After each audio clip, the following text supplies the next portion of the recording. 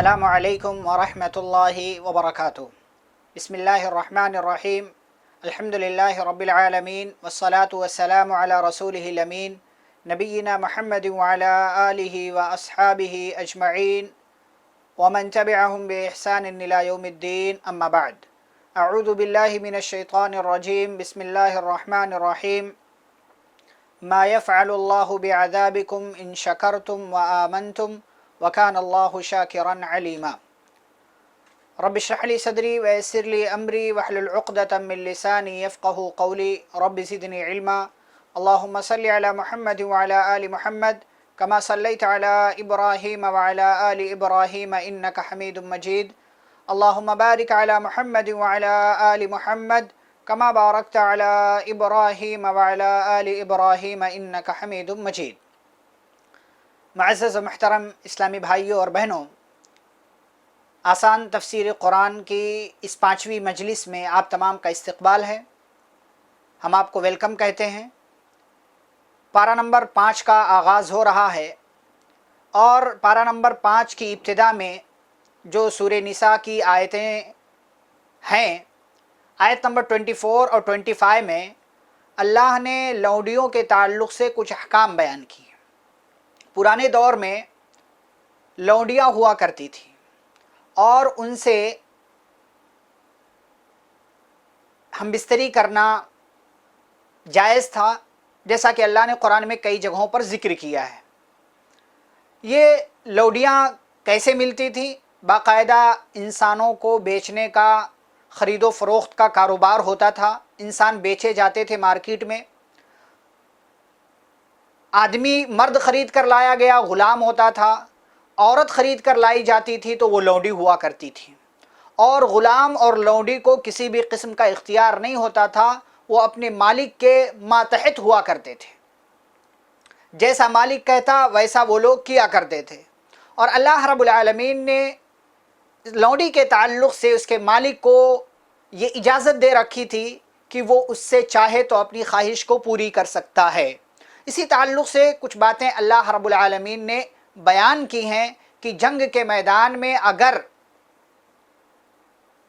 عورتیں یا لونڈیاں ملے تو ان کے ساتھ کیا مسائل ہے۔ بعض لوگ ان کے ساتھ اپنی خواہش کو پوری کرنے میں کراہت محسوس کرتے تھے، تو اللہ رب العالمین نے ذکر کیا کہ کیا جا سکتا ہے، کوئی حرج نہیں ہے، بس استبراء کا خیال رکھنا ہے، یعنی پہلے یہ چیک کر لینا ہے کہ کہیں یہ حمل سے تو نہیں ہے۔ اگر حمل سے ہیں تو وضع حمل کے بعد اپنی خواہش کو پوری کریں، اور اگر حمل سے نہیں ہے، پریگننٹ نہیں ہے، تو ایک حیض تک انتظار کر لیں، کیونکہ حیض کا آنا یا نہ آنا یہ پتہ چل جائے گا کہ یہ حمل سے ہیں یا نہیں ہیں۔ تو یہ اللہ رب العالمین نے ان کے تعلق سے کچھ باتیں ذکر کی ہیں۔ پھر آیت نمبر 26 سے 28 میں اللہ نے اپنی کچھ آسانیاں بیان کی ہیں۔ یرید اللہ لیبین لکم ویہدیکم سنن الذین من قبلکم ویتوب علیکم، یعنی اللہ کا کرم ہے کہ اللہ کی خواہش، اللہ کا ارادہ ہے کہ وہ انسانوں کے لیے ہدایت کو واضح کرے، انہیں ہدایت کا راستہ دکھائے۔ پہلے کے لوگوں کے ساتھ بھی اللہ نے یہی کیا اور بعد کے لوگوں کے ساتھ بھی یہی کیا۔ اللہ نے دونوں راستے دکھا دیے کہ دیکھو یہ ہدایت کا راستہ ہے اور یہ جو ہے گمراہی کا، شیطان کا راستہ ہے۔ تو اللہ رب العالمین نے یہ ساری چیزیں، اس کے باوجود بھی آپ دیکھیں کہ اگر کوئی بندہ انسان ہونے کے ناطے اس سے کوئی گناہ ہو جائے اور وہ اللہ سے توبہ کر لے تو اللہ رب العالمین اس کی توبہ کو بھی قبول کر لیتا۔ واللہ یرید ان یتوب علیکم، اللہ تو چاہتا ہی ہے کہ وہ تمہاری توبہ کو قبول کرے، شرط کیا ہے کہ تم پہلے توبہ تو کرو۔ یرید اللہ ان یخفف عنکم، بلکہ اللہ نے اس سے بھی بڑی بات کہی کہ اللہ تمہارے ساتھ ہلکا معاملہ کرنا چاہتا ہے، یعنی تمہارے ساتھ اللہ آسانی کرتا ہے۔ کیوں؟ اس لیے کہ وَخُلِقَ الْإِنسَانُ ضَعِيفًا، انسان کو کمزور پیدا کیا گیا ہے، انسان ذرا ذرا سی بات پر پریشان ہو جاتا ہے۔ تو ہم اللہ رب العالمین کا شکر ادا کرتے رہیں کہ اللہ نے ہمارے ساتھ بہت ساری آسانیوں کا معاملہ کیا ہے۔ پھر آیت نمبر 29 سے 31 میں آپس میں ایک دوسرے کا مال باطل طریقے سے کھانا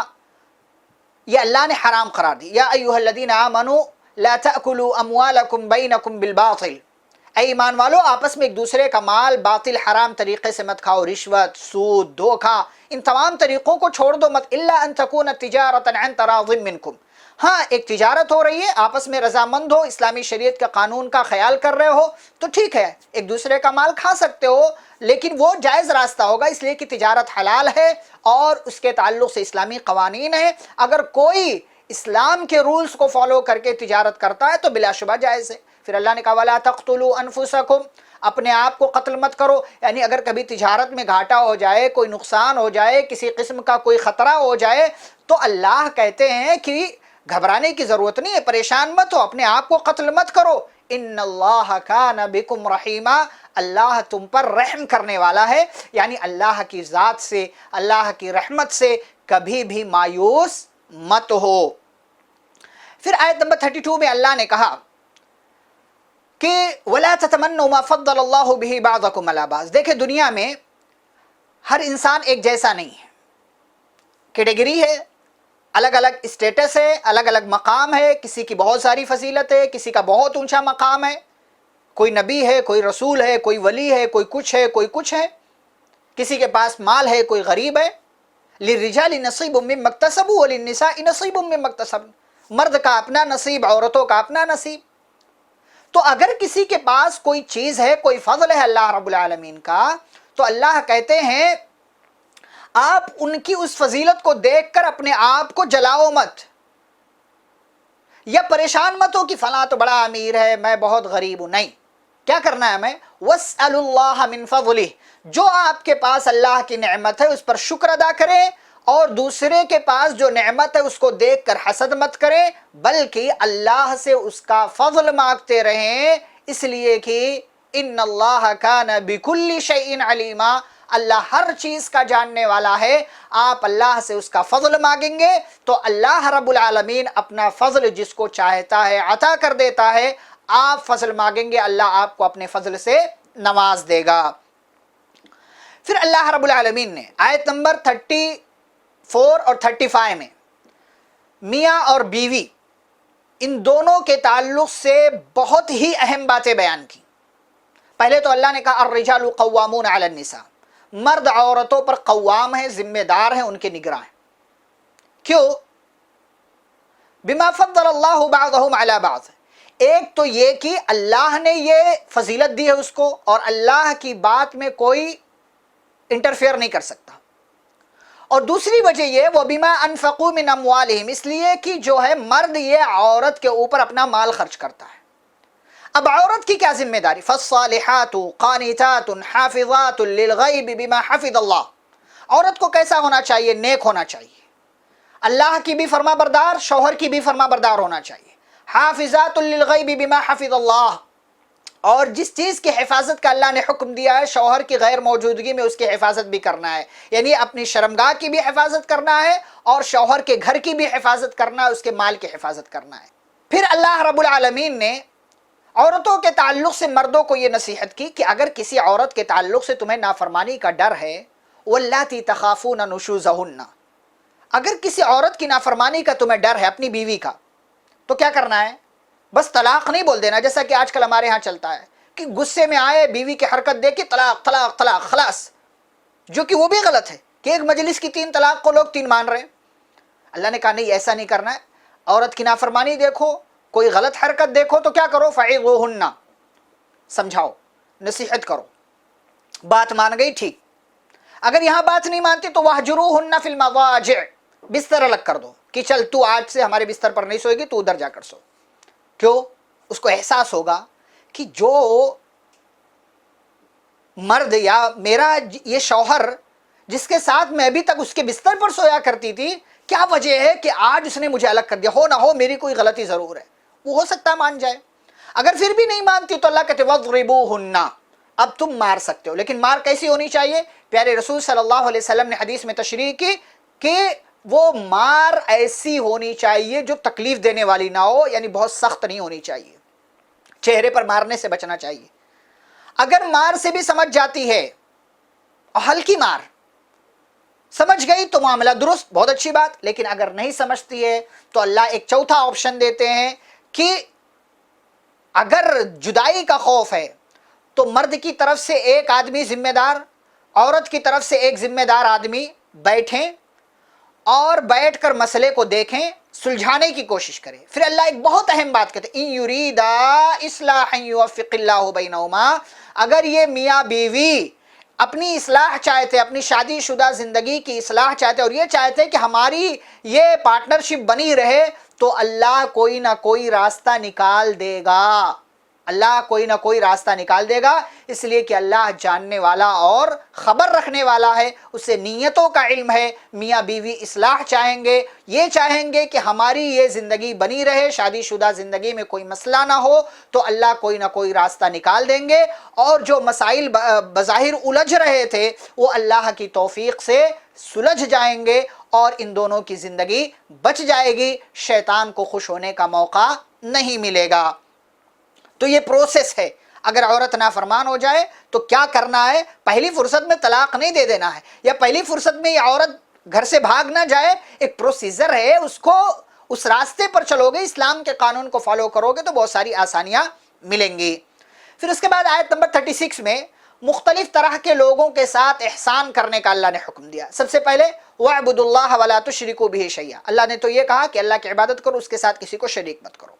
وَبِالْوَالِدَيْنِ احسانا، اب آغاز ہو رہا ہے، والدین کے ساتھ حسن سلوک کرو. وَبِذِي الْقُرْبَى، رشتہ داروں کے ساتھ. وَالْجَارِ ذِي الْقُرْبَى، پڑوسی رشتہ دار کے ساتھ. وَالْجَارِ الْجُنُوبِ، اور پڑوس میں رہنے والا جو آپ کا رشتہ دار نہیں اس کے ساتھ بھی. وَالصَّاحِبِ بِالْجَنْبِ، اپنے ساتھی کے ساتھ،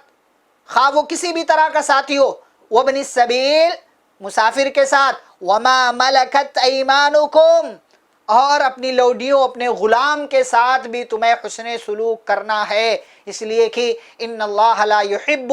من کان مختالا فخورا، اللہ گھمنڈ کرنے والے کو، فخر کرنے والے کو، غرور و تکبر کرنے والے کو پسند نہیں کرتا ہے. تو ہمیں ہر ٹائپ کے لوگوں کے ساتھ احسان کرنا ہے، یہ اللہ رب العالمین نے ہمیں حکم دیا ہے، نصیحت کیا ہے. پھر اس کے بعد اللہ رب العالمین نے بخیلی کا انجام بتایا، اور جو لوگ ریاکاری کے لیے خرچ کرتے ہیں، لوگوں کو دکھانے کے لیے خرچ کرتے ہیں، اللہ نے اس کا تذکرہ کیا. پھر اس کے بعد آیت نمبر 41 میں اللہ کہتے ہیں کہ قیامت کے دن ہر امت پر ایک گواہ آئے گا. فَكَيْفَ إِذَا جِئْنَا مِنْ كُلِّ أُمَّةٍ بِشَهِيدٍ وَجِئْنَا بِكَ عَلَى هَؤُلَاءِ شَهِيدًا. ہر امت، یعنی جتنی بھی امتیں دنیا میں آ چکی، ہر امت پر ایک گواہ آئے گا. اور پیارے نبی صلی اللہ علیہ وسلم کے تعلق سے اللہ نے کہا کہ ہم تمام امتوں پر آپ کو گواہ بنا کر لائیں گے کہ آپ بتائیے کہ ان تمام لوگوں نے کیا کیا دنیا میں جا کر، کیسے کیا، نبی کی بات مانا کہ نہیں مانا. پھر اس کے بعد آیت نمبر 43 میں اللہ رب العالمین نے نشے کی حالت میں نماز کے قریب جانے سے منع کی. یہ دوسرا مرحلہ تھا شراب کے تعلق سے حکم نازل کرنے کا. پہلا مرحلہ جو پارہ نمبر 2 میں آ چکا ہے کہ شراب کے بارے میں لوگوں نے پوچھا تو اللہ کے نبی صلی اللہ علیہ وسلم کو اللہ نے کہا کہ بتا دیجئے کہ اس میں گناہ زیادہ ہے، فائدہ ہے، لیکن گناہ جو فائدے سے بڑا ہے. دوسرا مرحلہ یہ آیا کہ ایک خاص وقت کے لیے اللہ نے شراب پینے کے بعد نشے کی حالت میں نماز کے قریب آنے سے منع کر دیا. ہو سکتا ہے احساس ہوتا پینے والوں کو کہ کیا وجہ ہے کہ نماز میں ہمیں نشے کی حالت میں جانے سے منع کر دیا گیا، تو وہ لوگ سوچیں گے کہ نہیں پینا چاہیے. یہ تیسرا مرحلہ اللہ نے حرام کر دیا. یا ایھا الذین آمنوا انما الخمر والمیسر والانصاب، پارہ نمبر 7 میں، کہ بے شک شراب، جوا، یہ ساری چیزیں شیطان کا عمل ہے، لہٰذا ان سے بچتے رہو تاکہ تم کامیاب ہو جاؤ. پھر اس کے بعد تیمم کا مسئلہ ذکر کیا، جو انشاءاللہ چھٹے پارے میں ہم آپ کے سامنے ذکر کریں گے. آیت نمبر 44 سے 46 میں یہودیوں کی بعض حرکتوں کا تذکرہ کیا ہے کہ ہدایت واضح ہو گئی پھر بھی قبول نہیں کیا. نبی صلی اللہ علیہ وسلم کے تعلق سے وہ طرح طرح کے غلط الفاظ استعمال کیا کرتے تھے، راعینا کو رائینا کہتے تھے اپنی زبان کو ٹیڑھا کر کے. یہ ساری چیزیں اللہ رب العالمین نے ذکر کی ہیں. پھر اس کے بعد یہ بھی کہا ہے کہ یا ایھا الذین اوتوا الکتاب آمنوا بما نزلنا مصدقا لما معکم، اے ایمان والو، اے وہ لوگوں جنہیں کتاب دی گئی، یعنی اہل کتاب کو مخاطب کر کے اللہ نے کہا کہ اس کتاب پر ایمان لے آؤ جو ہم نے نازل کیا ہے، اور جو تورات اور انجیل کی تصدیق کرنے والی ہے، اس سے پہلے کہ وہ دن آئے کہ چہرے مسخ کر دیے جائیں، بگاڑ دیے جائیں. اس دن کے آنے سے پہلے تم اس کتاب پر اور اس کتاب کو جس پر نازل کیا گیا ہے اس پر ایمان لے آؤ. پھر شرک کی مذمت کا اللہ نے تذکرہ کیا کہ اللہ رب العالمین شرک کے سوا تمام گناہ کو معاف کر سکتا ہے، لیکن جس کا انتقال شرک پر ہو جائے تو اللہ رب العالمین اس بندے کے اس گناہ کو معاف نہیں کرے گا۔ آیت نمبر 54 میں لوگوں کے پاس موجود چیزوں پر حسد مت کرو، جیسا کہ پہلے بھی یہ بات آئی، ام یحسدون الناس علی ما آتاہم اللہ من فضلہ، کیا یہ لوگ حسد کرتے ہیں کہ اللہ رب العالمین نے کسی کو اپنے فضل سے نواز دیا ہے؟ فقد آتینا آل ابراہیم الکتاب والحکمت وآتیناہم ملکا عظیما، ہم نے تو ابراہیم علیہ السلام کے خاندان کو کتاب دی، حکمتیں دی، بڑی بڑی بادشاہتیں دی، تو حسد کرتے رہیں۔ یہ حسد کر کے اپنا نقصان کریں گے، یہ اللہ کا نقصان نہیں کر سکتے ہیں۔ پھر اس کے بعد اللہ رب العالمین نے قیامت کا تذکرہ کیا کہ جن لوگوں نے کفر کیا ہم انہیں بہت جلد جہنم میں ڈالیں گے، اور جہنم میں جب جائیں گے کلما نضجت جلودہم بدلناہم جلودا غیرہا لیذوقوا العذاب، کہ جب جب ان کی چمڑیاں جل جائیں گی، ان کی کھال جل جائے گی، تو ہم ان کے کھال کو دوسری کھال میں بدل دیں گے تاکہ یہ لوگ عذاب کا مزہ چکھتے رہیں۔ یعنی جب کھال جل جائے گی تو یہ لوگ سوچیں گے کہ بس اب تو ہماری موت کا وقت آ گیا ہے، لیکن اللہ کہتے ہیں نہیں، ایسا نہیں ہوگا، ہم ان کی جلد کو بدل دیں گے تاکہ یہ عذاب چکھتے رہیں۔ اور جلد کی تبدیلی کیوں؟ اس لیے کہ جو آگ کا اثر ہوتا ہے نا وہ گوشت کو محسوس نہیں ہوتا، یہ اصل چمڑی کو، کھال کو محسوس ہوتا ہے، اسی لیے کھال کو بار بار تبدیل کیا جاتا رہے گا جہنم میں، تاکہ ان کو نا عذاب کا جو مزہ ہے، اس کی جو تپش ہے یا جو اس کا اثر ہے وہ ان کو محسوس ہو۔ یہ آج سائنس پروف کر رہی ہے کہ انسان کے گوشت کو آگ کا اثر نہیں ہوتا، بلکہ انسان کی جب چمڑی جلتی ہے، کھال جلتی ہے، تب اسے اس درد کا، اس تکلیف کا احساس ہوا کرتا ہے۔ آیت نمبر 58 میں اللہ نے کہا لوگوں کی امانتوں کا خیال رکھو، ان اللہ یامرکم ان تؤدوا الامانات الی اہلہا، کہ اللہ تمہیں حکم دیتا ہے کہ تم امانتوں کو ان کے اہل تک، یعنی جو امانت جن کی ہے، جن کا مال ہے، ان تک پہنچا دو۔ امانتوں کا ہمیں خیال رکھنا چاہیے، چاہے وہ اللہ کی دی ہوئی امانت ہو یا ہمارے پاس کوئی انسان امانت رکھ کر جائے، اس کا خیال رکھنا ہے، امانت میں خیانت کرنے سے بچنا ہے، اس لیے کہ امانت میں خیانت کرنا یہ منافقوں کی پہچان ہے، منافقوں کی نشانی ہے۔ پھر آیت نمبر 59 میں اللہ نے یہ کہا یا ایھا الذین آمنوا اطیعوا اللہ واطیعوا الرسول واولی الامر منکم، اے ایمان والو اللہ کی اطاعت کرو، رسول کی اطاعت کرو، اور تم میں سے جو ذمہ دار حاکم ہیں ان کی اطاعت کرو۔ فإن تنازعتم فی شیء، لیکن حاکم کی، ذمہ دار کی بات ہم کب مانیں گے؟ جب ان کی بات اللہ اور اس کے رسول کے بات کے جیسی ہو۔ اگر ان کی بات اللہ اور رسول صلی اللہ علیہ وسلم کی بات کے اگینسٹ میں ہے، ان کی باتوں کے خلاف ہے، تو ایسی صورت میں حاکم کی بات ماننا ہمارے لیے ضروری نہیں ہے، جیسا کہ آگے اللہ نے کہا فَإِن تَنَازَعْتُمْ فِي شَيْءٍ فَرُدُّوهُ إِلَى اللَّهِ وَالرَّسُولِ، اگر کسی مسئلے میں تمہارا اختلاف ہو جائے تو کس کی بات کو پکڑنا ہے؟ اللہ اور اس کے رسول صلی اللہ علیہ وسلم کی طرف لوٹ جاؤ، اگر تمہارا ایمان اللہ پر ہے، اگر تمہارا ایمان قیامت پر ہے۔ ذَلِكَ خَيْرٌ وَأَحْسَنُ تَأْوِيلًا، یہی بہتر چیز ہے اور یہی سب سے خوبصورت راستہ ہے۔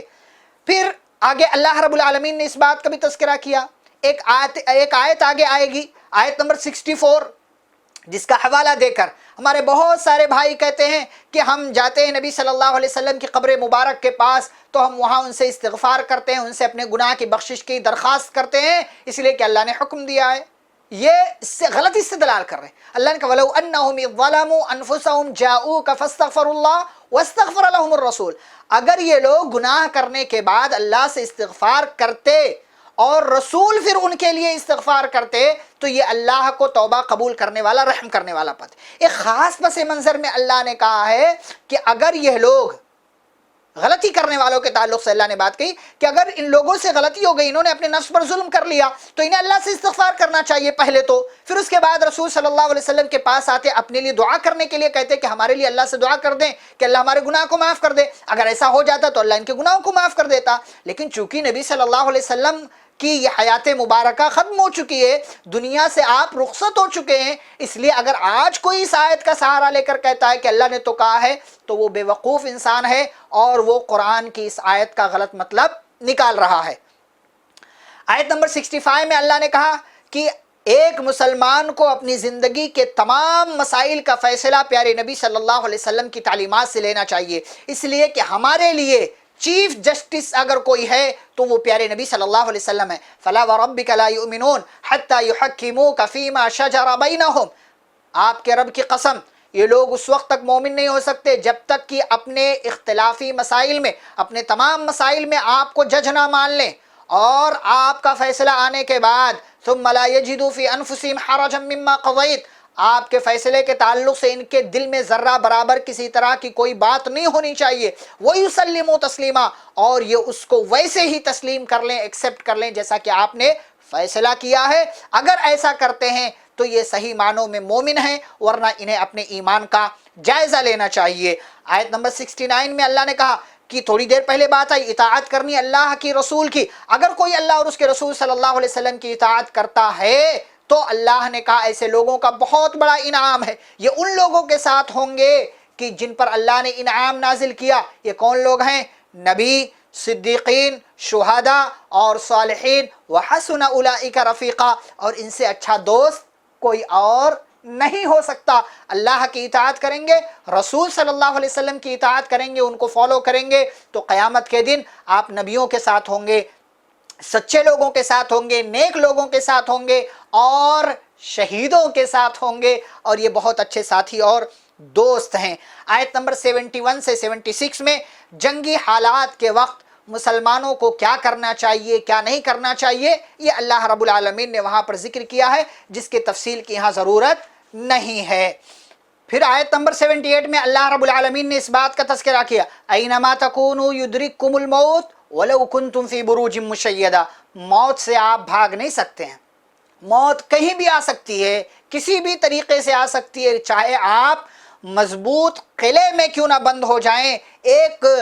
لوہے کی دیوار، لوہے کا کمرہ بنا لے، اس میں محفوظ ہو جائیں، پھر بھی موت آپ کو آ کر رہے گی، اور اس کے بعد اگر آپ نے اچھائیاں کی ہوں گی تو اچھائی کی صورت میں بدلہ ملے گا، برائی کی ہوگی تو برائی کی صورت میں آپ کو بدلہ دیا جائے گا۔ آیت نمبر 80 میں اللہ نے کہا من یطع الرسول فقد اطاع اللہ، جو رسول کی اطاعت کرے تو گویا کہ اس نے اللہ کی اطاعت کی، یعنی گویا کہ نبی صلی اللہ علیہ وسلم کو فالو کرنا یہ اللہ کو فالو کرنے جیسا ہے، اس لیے کہ نبی صلی اللہ علیہ وسلم وہی کرتے ہیں جن کا اللہ نے انہیں حکم دیا ہے۔ پیارے نبی صلی اللہ علیہ وسلم کی پوری زندگی اللہ کی باتوں کے مطابق گزری ہے، اسی لیے اللہ نے کہا لقد کان لکم فی رسول اللہ اسوۃ حسنہ، اللہ کے رسول صلی اللہ علیہ وسلم کی زندگی میں تمہارے لیے بہترین نمونہ ہے، انہیں اپنا رول ماڈل مانو، انہیں آئیڈیل سمجھو۔ آیت نمبر 82 میں اللہ نے کہا قرآن میں تدبر کیا کرو، افلا یتدبرون القرآن، یہ لوگ قرآن میں غور و فکر کیوں نہیں کرتے، یہ لوگ قرآن میں تدبر کیوں نہیں کرتے، ولو کان من عند غیر اللہ لوجدوا فیہ اختلافا کثیرا، معاملہ یہ ہے کہ قرآن میں کسی طرح کا کوئی مسئلہ نہیں، کسی طرح کی کوئی بات نہیں ہے، اگر یہ قرآن کسی اور کے پاس سے آیا ہوتا تو بہت ساری اختلافی باتیں اس میں پاتے، لیکن یہ اللہ کے پاس سے آیا، اس لیے یہ قرآن سچا ہے اور اس قرآن کی تعلیمات سچی ہیں۔ آیت نمبر 86 میں اللہ نے سلام کا جواب دینے کا کیا طریقہ ہے، وَإِذَا حُيِّيتُمْ بِتَحِيَّةٍ فَحَيُّوا بِأَحْسَنَ مِنْهَا أَوْ رُدُّوهَا، کہ جب آپ کو سلام کیا جائے تو آپ سلام کا جواب دیں اور بہتر طریقے سے دیں۔ مثال کے طور پر اگر میں آپ سے کہوں السلام علیکم تو آپ کہیں گے وعلیکم السلام ورحمۃ اللہ وبرکاتہ، یہ بہترین جواب ہے، لیکن اگر آپ یہ کہہ دیتے ہیں جو میں نے کہا وعلیکم السلام کافی ہے۔ اور یاد رکھیں کہ سلام کرنا یہ سنت ہے، دوسرے مسلمان کا حق ہے، اور جواب دینا یہ فرض ہے، یعنی اگر میں نے آپ سے سلام کر لیا تو آپ کے اوپر یہ واجب ہے کہ آپ مجھے جواب دیں۔ ہاں اگر آپ آتے ہیں سلام کرتے ہیں، ہم 5 لوگ بیٹھے ہوئے ہیں، ہم میں سے کوئی ایک جواب دے دیتا ہے تو کافی ہے، آپ پھر ناراض نہیں ہوں گے کہ 5 لوگوں نے جواب کیوں نہیں دیا، جماعت کی طرف سے کوئی ایک آدمی سلام کا جواب دے دے تو وہ انشاءاللہ کافی ہوگا۔ پھر اس کے بعد آگے چل کر اللہ نے آیت نمبر 87 میں یہ کہا وَمَنْ أَصْدَقُ مِنَ اللَّهِ حَدِيثًا، کہ اللہ سے سچی بات اور کسی کی نہیں ہو سکتی، وہ اللہ، اس کے سوا کوئی معبود نہیں۔ پھر آیت نمبر 88 اور اس کے بعد کی آیتوں میں منافقین وغیرہ کا تذکرہ کیا اللہ نے، اور جنگی حالات کے تعلق سے کچھ باتیں بتائیں۔ آیت نمبر 92 اور 93 میں مختلف طرح کے قتل پر مختلف سزاؤں کا تذکرہ کیا کہ اگر کوئی کسی کو غلطی سے قتل کر دے ومن قتل مؤمنا خطأ فتحرير رقبة مؤمنہ، کوئی کسی مسلمان کو غلطی سے قتل کر دیتا ہے تو اسی صورت میں اس کی سزا یہ ہے کہ وہ کسی ایک غلام کو جو مسلمان ہے اس کو آزاد کرے گا۔ پھر اس کے تعلق سے اور بھی باتیں اللہ نے بتائی، اور ایک اور اہم بات بتائی اللہ نے، وَمَن يَقْتُلْ مُؤْمِنًا مُتَعَمِّدًا، اگر کوئی کسی مسلمان کو جان بوجھ کر قتل کر دیتا ہے فَجَزَاؤُهُ جَهَنَّمُ خَالِدًا فِيهَا، تو اس کا بدلہ یہ ہے کہ وہ جہنم میں جائے گا، پہلی سزا خالدن فیہا، دوسری سزا یہ ہمیشہ ہمیشہ رہے گا، وغضب اللہ، تیسری سزا یہ کہ اللہ کا غصہ اس پر ہوگا، چوتھی سزا ولعنہ، اور اللہ کی لعنت اس پر نازل ہوگی، پانچویں سزا وَأَعَدَّ لَهُ عَذَابًا عَظِيمًا، اور اللہ نے ایسے شخص کے لیے بہت بڑا عذاب تیار کر رکھا ہے۔ تو یہ کسی مسلمان کو ناحق جان بوجھ کر مار دینے کی سزا ہے اور اس کا انجام ہے، اس لیے وہ لوگ جو مسلمان کو بس یوں ہی مار دیتے ہیں انہیں اپنے انجام کا جائزہ لینا چاہیے۔ آیت نمبر 95 میں مجاہدین کا کیا انعام ہے اس کا تذکرہ کیا اللہ رب العالمین نے، کہ اگر کوئی اللہ کے راستے میں جہاد کرنے کے لیے جاتا اس کو کیا انعام ملے گا۔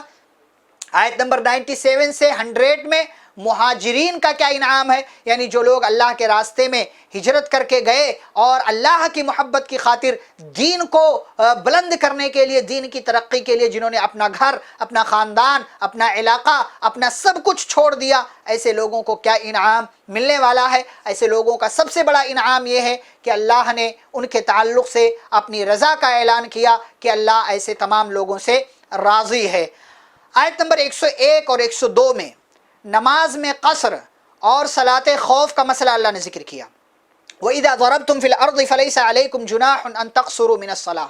کہ جب تم سفر میں ہو تو کوئی حرج نہیں ہے کہ تم نماز کو کم کر کے پڑھو، یعنی ظہر، عصر اور عشاء، یہ 4 رکعت والی جو نمازیں ہیں ان کو 2 کر کے پڑھا جا سکتا ہے۔ اور ایک اور رخصت یہ ہے کہ ظہر اور عصر کو آپ کمبائن کر کے پڑھ سکتے ہیں، مغرب اور عشاء کو آپ کمبائن کر کے پڑھ سکتے ہیں، یعنی ظہر 2 رکعت نیت کر کے آپ نے ادا کر لیا قصر کے ساتھ، پھر اس کے بعد آپ عصر کی نیت کے ساتھ 2 رکعت پڑھ لیں قصر کے ساتھ، ہو گیا 2 نمازیں ایک ساتھ ہو گئیں۔ اور پھر مغرب کا وقت آئے یا عشاء کے وقت میں لے جا کر آپ مغرب کی 3 رکعت پڑھ لیں، اور پھر اس کے بعد آپ عشاء کی نیت کر کے 2 رکعت پڑھ لیں۔ یہ رخصت ہے، یہ اسلام کی آسانیاں ہیں، یہ اللہ رب العالمین کی طرف سے سہولت ہے کہ اللہ نے اتنی زیادہ سہولتیں مجھے اور آپ کو عطا کی ہیں۔ سفر میں دشواریاں ہوتی ہیں، پریشانیاں ہوتی ہیں، اللہ کی طرف سے یہ سہولتیں ہمارے لیے موجود ہیں، لہٰذا ہمیں ان سہولتوں کا فائدہ اٹھانا چاہیے۔ اور دیکھیں آپ، اور سہولت کیا ہے کہ ظہر سے پہلے 4 رکعت، ظہر کے بعد 2 رکعت سنت ہوتی ہے اور سفر میں معاف، مغرب کے بعد 2 رکعت سنت ہوتی ہے سفر میں معاف، عشاء کے بعد 2 رکعت سنت ہوتی ہے سفر میں معاف، فجر کی 2 سنت جو نماز سے پہلے ہے وہ پیارے نبی صلی اللہ علیہ وسلم اسے سفر میں بھی پڑھا کرتے تھے اور وتر کی نماز بھی پڑھا کرتے تھے۔ تو یہ آسانیاں ہیں شریعت کی، ہمیں اسلام کی اس نعمت پر ہمیں شکر ادا کرنا چاہیے رب کا، اور ساتھ ہی ساتھ ان آسانیوں کا فائدہ اٹھانا چاہیے۔ صلاۃ خوف کا مسئلہ اللہ نے ذکر کیا ہے کہ اگر دشمن کا خوف ہو، جنگ کا میدان ہو، آپ دیکھیں نماز کی کتنی اہمیت ہے کہ جنگی حالات میں بھی نماز معاف نہیں ہے۔ صلاۃ خوف کا مسئلہ اللہ نے نازل کر دیا کہ اگر دشمن سامنے ہے، لڑائی ہو رہی ہے، نماز کا وقت ہو گیا تو نماز تو پڑھنا ہے، کیسے پڑھیں گے؟ یہ صلاۃ خوف کہلاتا ہے کہ امام کے ساتھ ایک جماعت آئے گی، وہ نماز پڑھے گی، اور دوسری جماعت وہ دشمنوں سے لڑے گی۔ امام کے ساتھ یہ لوگ نماز ادا کر لیں گے تو یہ لوگ چلے جائیں گے، پھر وہ دوسرے لوگ آئیں گے اور وہ امام کے ساتھ نماز ادا کر لیں گے۔ بہت ساری صورتیں ہیں صلاۃ خوف کی جو احادیث کے اندر پیارے نبی صلی اللہ علیہ وسلم نے بیان کیا ہے اور جنہیں صحابہ نے روایت کیا ہے۔ آیت نمبر 105 سے 112 میں بہتان کی سزا، یعنی ہوا کیا، ایک واقعہ ہوا کہ ایک شخص نے ایک زرہ چرا لی جس کو باڈی پر پہنا جاتا تھا جنگ کے لیے، جو لوہے کا ہوا کرتا تھا، بہت قیمتی ہوا کرتا تھا، چرا لیا اور اسے لے جا کر کسی دوسرے کے گھر میں ڈال دیا تاکہ الزام اس کے اوپر آ جائے۔ اسی واقعے کو، اسی سٹوری کو، اسی قصے کو سامنے رکھ کر اللہ نے پوری تقریباً 8 آیتیں نازل کر دی۔ 8 آیتیں نازل کر دی۔ نازل کرنے کے بعد اللہ رب العالمین نے کئی اہم پیغامات دیے۔ ایک پیغام تو یہ وَلَا تُجَادِلْ عَنِ الَّذِينَ يَخْتَانُونَ أَنفُسَهُمْ، کہ ان لوگوں کی طرف سے آپ مجادلہ، بحث مت کیجئے جو لوگ اپنے آپ کو خیانت میں ڈال رہے ہیں۔ اور آگے پھر اللہ نے ایک نصیحت کی، یستخفون من الناس، اتنا بڑا جرم کرتے ہیں کہ لوگوں سے تو چھپ کر کام کرتے ہیں تاکہ ان کی عزت بیکار نہ ہو، لیکن ولا یستخفون من اللہ، اللہ سے چھپتے نہیں، وہ ہوا معہم، جبکہ اللہ ان کے ساتھ ہوتا ہے۔ یعنی رات میں بھی اللہ رب العالمین ان کو دیکھ رہا ہوتا ہے کیا کر رہے ہیں کیا نہیں کر رہے، اندھیرے میں بھی، اجالے میں بھی، بند کمرے میں بھی، باہر بھی، ہر جگہ اللہ کی نظر ان کے اوپر ہے۔ تو اللہ سے کیوں نہیں چھپتے، اللہ سے کیوں نہیں ڈرتے؟ لوگوں سے ڈر ڈر کر کام کرتے ہیں، اللہ کا ڈر اپنے دلوں کے اندر پیدا کرو۔ پھر اس کے بعد اللہ رب العالمین نے کچھ اہم نصیحتیں کی اسی واقعے کو سامنے رکھ کر۔ پہلی بات تو اللہ نے کہا وَمَن يَعْمَلْ سُوءًا أَوْ يَظْلِمْ نَفْسَهُ، کہ جو شخص کوئی غلطی کر لے، اپنے اوپر ظلم کر لے، پھر اللہ سے وہ استغفار کرے، یجد اللہ غفور الرحیمہ، تو وہ اللہ کو بخشنے والا پائے گا۔ معاملہ حل، یعنی غلطی میں نے کی، احساس ہوا، میں نے اللہ سے معافی مانگ لی، انشاءاللہ اللہ مجھے معاف کر دیں گے، یہ پہلی بات۔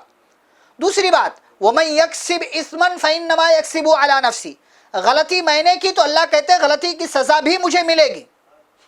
اور اللہ جاننے والا، حکمت والا ہے۔ تیسری بات وَمَن يَكْسِبْ خَطِيئَةً أَوْ إِثْمًا، کہ جو شخص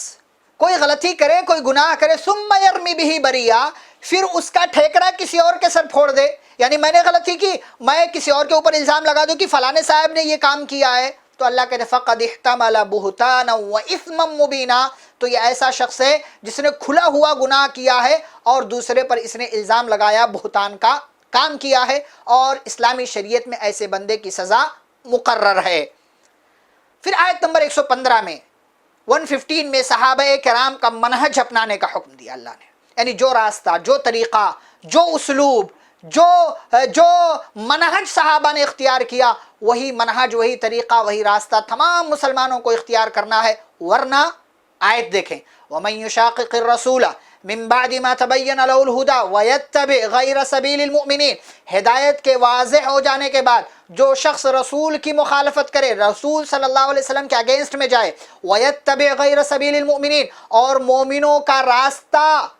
اختیار نہ کرے بلکہ مومنوں کا راستہ چھوڑ کر کوئی اور راستہ فالو کرے۔ اس وقت مومنین کون تھے جب قرآن نازل ہو رہا تھا؟ صحابہ کرام، یعنی جو صحابہ کے منہج کو چھوڑ کر کوئی اور راستہ اختیار کرے تو اللہ کہتے ہیں نُوَلِّهِ مَا تَوَلَّى، جدھر جائے گا ادھر لے کر چلے جائیں گے، لیکن وَنُسْلِهِ جہنم، ہمارے پاس آئے گا اٹھا کر جہنم میں ڈال دیں گے، وَسَاءَتْ مَصِيرًا، اور جہنم بہت بری جگہ ہے۔ اس لیے ہمیں ہر صورت صحابہ کرام کا منہج اپنانا ہے، جو طریقہ انہوں نے اختیار کیا، جیسے عمل انہوں نے کیا، جیسے اعمال صالحہ انہوں نے انجام دیے، اسی راستے، اسی طریقے پر ہمیں بھی چلنا ہے اور اسی کے مطابق عمل کرنا ہے۔ آیت نمبر 116 سے 121 میں شرک اور مشرک کا انجام ذکر کیا گیا ہے،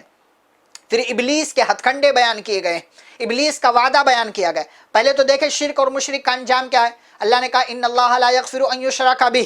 ویغفر ما دون ذلک لمن یشاء، شرک اور شرک کے لیول کے جو بھی گناہ ہیں اللہ ان کو معاف نہیں کرے گا اگر اسی پر بندے کا انتقال ہو جائے، اس کے علاوہ جو چاہے گا اللہ معاف کر دے گا، اور جو اللہ کے ساتھ شرک کرے وہ بہت دور کی گمراہی میں پڑ گیا۔ پھر اس کے بعد ابلیس کے وعدے اللہ نے بیان کیے کہ ابلیس اللہ سے وعدہ کر کے آیا ہے کہ اے اللہ میں تیرے بندوں کو گمراہ کروں گا، طرح طرح سے انہیں بہکاؤں گا اور طرح طرح سے انہیں تیرے راستے سے ہٹانے کی کوشش کروں گا۔ اللہ نے بھی کہہ دیا وَمَن يَتَّخِذِ الشَّيْطَانَ وَلِيًّا مِّن دُونِ اللَّهِ فَقَدْ خَسِرَ خُسْرَانًا مُّبِينًا، جو شیطان کو اپنا دوست بنا لے تو اس کا گھاٹا پکا۔ يَعِدُهُمْ وَيُمَنِّيهِمْ، یہ ان لوگوں سے وعدے کرتا ہے، آرزویں دلاتا ہے، وَمَا يَعِدُهُمُ الشَّيْطَانُ إِلَّا غُرُورًا، اور ابلیس سوائے دھوکے کے کسی اور چیز کا وعدہ